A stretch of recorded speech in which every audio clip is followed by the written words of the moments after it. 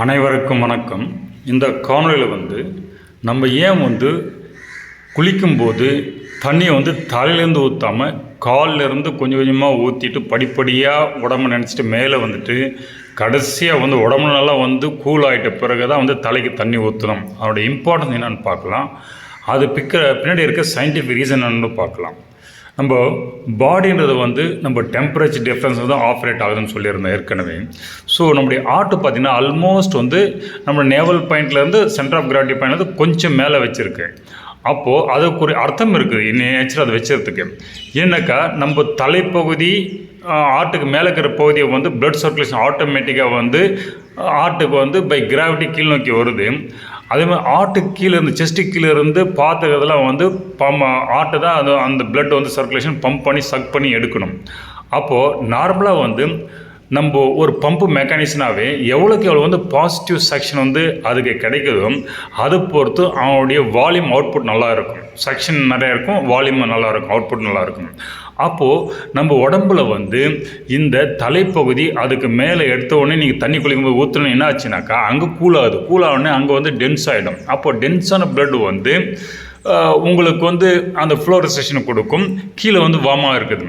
அப்போது உங்களுக்கு அதனுடைய செக்ஷன் எஃபெக்டில் எனஃப் ஃப்ளோ கிடைக்காது. ஆர்ட்டுக்கு மேலே கூலாகிடுச்சு. அந்த கிராட்டில் வர இதை கொஞ்சம் அதனுடைய ஃப்ளோ ரெஸ்ட்ரிக்ஷன் கொடுக்கும்போது கீழே இருந்து நீங்கள் அந்த ஃப்ளோ நார்மலாக போய்ட்டுருக்கும்போது அது டென்சிட்டி டிஃப்ரென்ஸில் சக்கிங் எஃபெக்டை பாதிக்கும். கேவிட்டேஷன் கூட உருவாக்கும். எப்படி பம்பில் உருவாக்குற மாதிரி உருவாக்கும். அப்போ என்ன பண்ணுதுனாக்கா அது உங்களுக்குள்ளே அந்த டென்சிட்டி டிஃப்ரென்ஸ் தான் உங்களுடைய அந்த சம் பார்ட்டிகிள்ஸை டெபாசிட் ஆகிறதுக்கும் மைண்டில் அந்த டென்ஸ் பார்ட்டிகிளை திக் பிளட் பிரெயினில் ஃபஸ்ட்டு இதாகும்போது அது அங்கே பிளட் கிளாட் உருவாக்கிறதுக்கு வழிவகுக்குது. அதனால தான் ஸ்ட்ரோக் வரதுக்கு சான்ஸ் இருக்குது. அப்போது நீங்கள் கீழேருந்து கொஞ்சம் கொஞ்சமாக தண்ணி ஊற்றிட்டு வரும்போது என்ன ஆகும், மேலே கிராட்டில் சப்போர்ட் பண்ணுற பிளட் கொஞ்சம் ஆட்டோமேட்டிக்காக செக்ஷன் எஃபெக்ட் பிளட்டுக்கு நல்லா இருக்கும், ஹார்ட்டுக்கு நல்லா இருக்கும். அப்போ கொஞ்சமாக பாடி நினச்சிட்டு வரும்போது கிராஜுவலாக எது இருக்கும்போது அந்த டென்சிட்டி டிஃப் கிராஜுவலாக மாறும்போது யூனிஃபார்ம் டென்சிட்டி வரும். ஹார்ட்டுக்கு சக்கிங் எஃபெக்ட் யூனிஃபார்மாக இருக்கும்போது அது பிளட் ஃப்ளோ அஃபெக்ட் வராது. அப்போது உங்களுக்கு இந்த கிறிஸ்டல் ஃபார்மேஷன் ஆகிற மாதிரி அடப்புகள் வரதெல்லாம் ஹெட்லேயும் சரி ஹார்ட்லையும் நடக்கிறது ஹார்ட் அட்டாக் வரதுக்கான சான்ஸும் குறைவு. அப்போ நம்ம குளிக்கிற முறையில் மாறுபாடு ஏற்படுத்த வேண்டும்.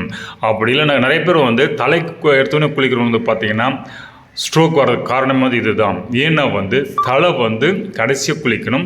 அது கீழே பாதம் நேச்சுரலாக வார்மாக இருக்கும். தேங்க்யூ.